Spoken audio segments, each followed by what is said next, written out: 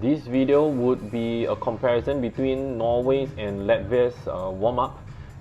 I can't help it but to record some of the footage by both teams when they were here in Singapore during the WFC, and there was some distinct difference, but by no means this video is to pinpoint who is right, who is wrong, but just to show and to share how they go about doing their warm-up, and perhaps it could even apply to yours.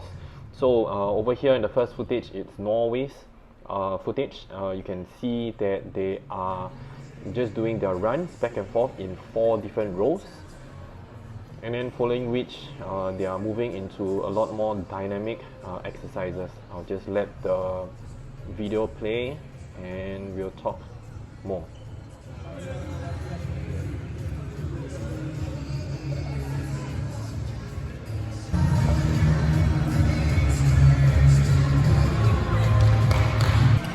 So some of their dynamic warm-ups, some hip rotation, and over here I believe some alternate butt kicks just to work on the thighs. And over here you can see the goalies trying to open up their hips and as well as their groin, which is utmost important for the goalies.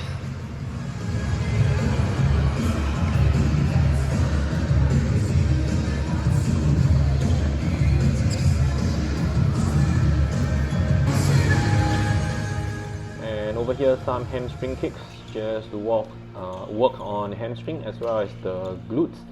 So of course you can see those players that can kick higher will definitely kind of just show that they are a lot more flexible.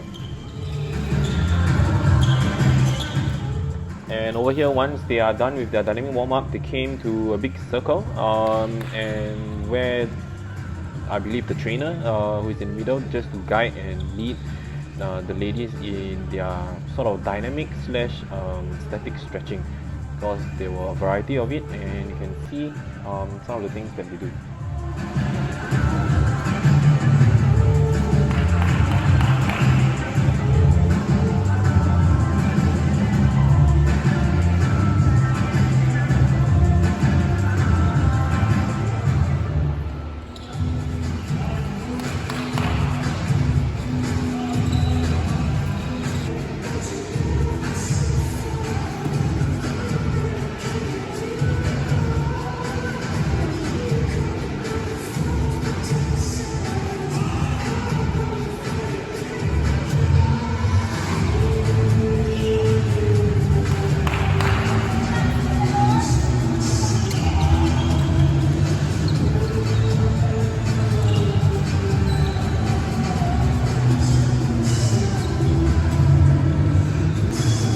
This is something that I often get my players to do, which is first, they call it the cobra, right? The cobra whereby you stretch your abs, then following which is the downward dog position, where you're going to stretch your glutes, your calves, your hamstring at the same time. So something that is pretty constant with me. Then last but not least, apparently some calf stretches, but these are more static because you can see that they are not really moving much. And that brings us to the end of their body warm-up. Following which, let's take a look at Latvia's warm-up and see if there's any difference.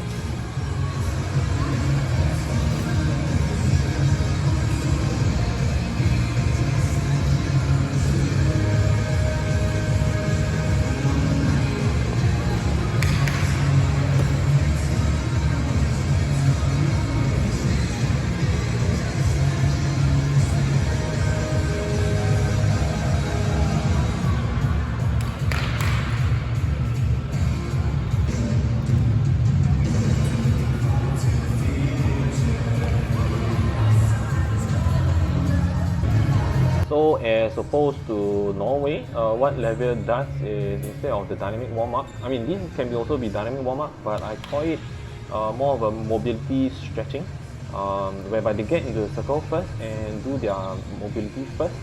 So some interesting ones, whereby it is my first time seeing it as well, but generically it all fulfills the same purpose, whereby to be able to warm up and stretch the necessary muscles that's related to the game of floorball.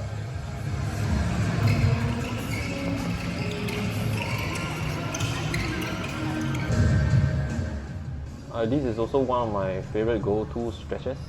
It's the world's greatest stretch. The name so is called. Being able to stretch a variety of the muscles that's being involved. You can see here they add on a few dynamic exercises that's being combined together as well. It transits very smoothly from one to another. So I actually like what this trainer is doing. Yep, he will always clap his hands to indicate a change of the exercise as well.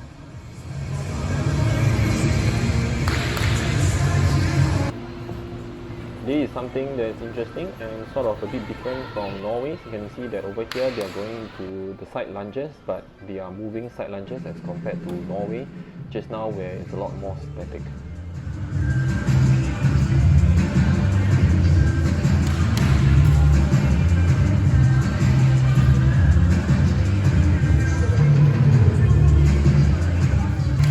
All in all, in my opinion, this mobility stretching is why I call it mobility stretching, because it is all to get you into a very mobile situation.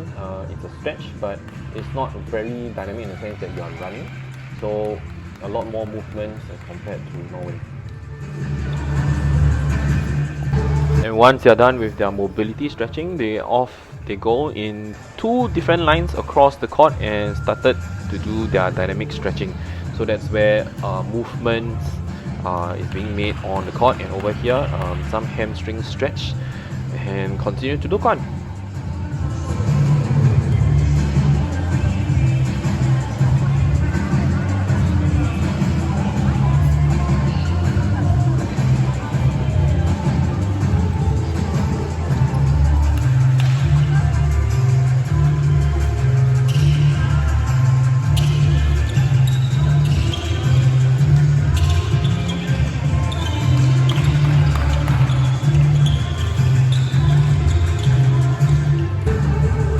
Here, lunges with hip rotation. Yep, this is something that I do with my players as well very often. Of course, the deeper lunge you can go, the more you can activate your thigh, hamstring, butt, the more the merrier, along with the hip rotation.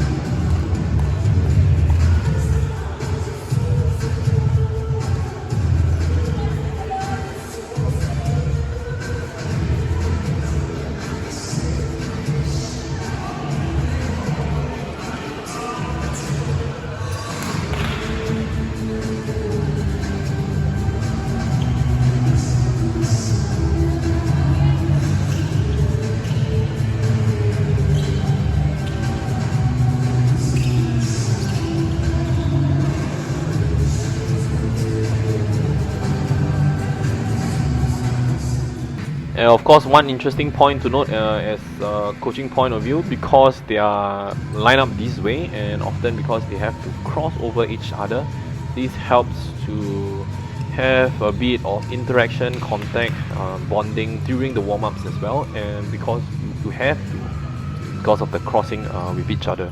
So that's something that's interesting to me. And just as I was saying, in terms of interaction, you can see that some agility movements pirouette and into sort of a high five with each other. Interesting.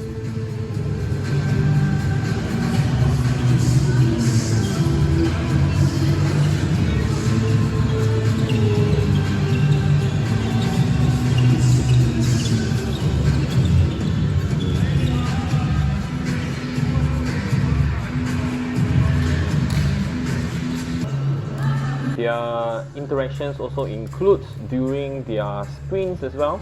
You can see as they are running through across the court, they would have to high five each other So it can be a morale booster for them, especially as they are preparing for the court, and even the trainer also joins in the whole high five sequence. So it's a very nice sight to look upon.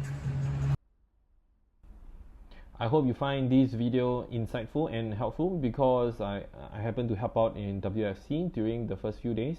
I managed to spot it and record some clips, and I think it was very interesting in terms of the difference between both countries.